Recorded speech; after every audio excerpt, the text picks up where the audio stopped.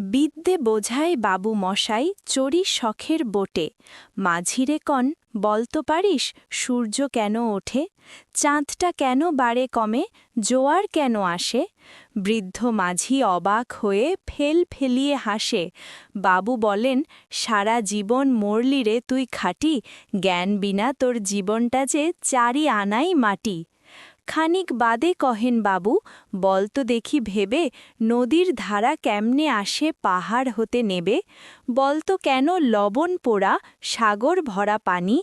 মাঝি সে কয়, আরে মশাই অত কি আর জানি। বাবু বলেন, এই বয়সে জানিস নেও তাকি, জীবনটা তোর নেহাত খেলো অষ্ট আনাই ফাঁকি। আবার ভেবে কহেন বাবু, বলতো ওরে বুড়ো, কেন এমন নীল দেখা যায় আকাশের ওই চূড়ো, বলতো দেখি সূর্য চাঁদে গ্রহণ লাগে কেন। বৃদ্ধ বলেন, আমায় কেন লজ্জা দিছেন হেন। বাবু বলেন, বলবো কি আর বলবো তোরে কি তা, দেখছি এখন জীবনটা তোর 12 আনাই বৃথা।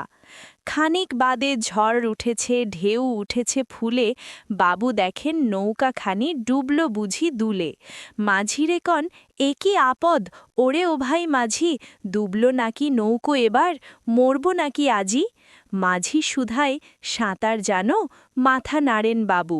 মূর্খ মাঝি বলে, মশাই এখন কেন কাবু, বাঁচলে শেষে আমার কথা হিসেব করো পিছে, তোমার দেখি জীবনখানা শোনো আনাই মিছে।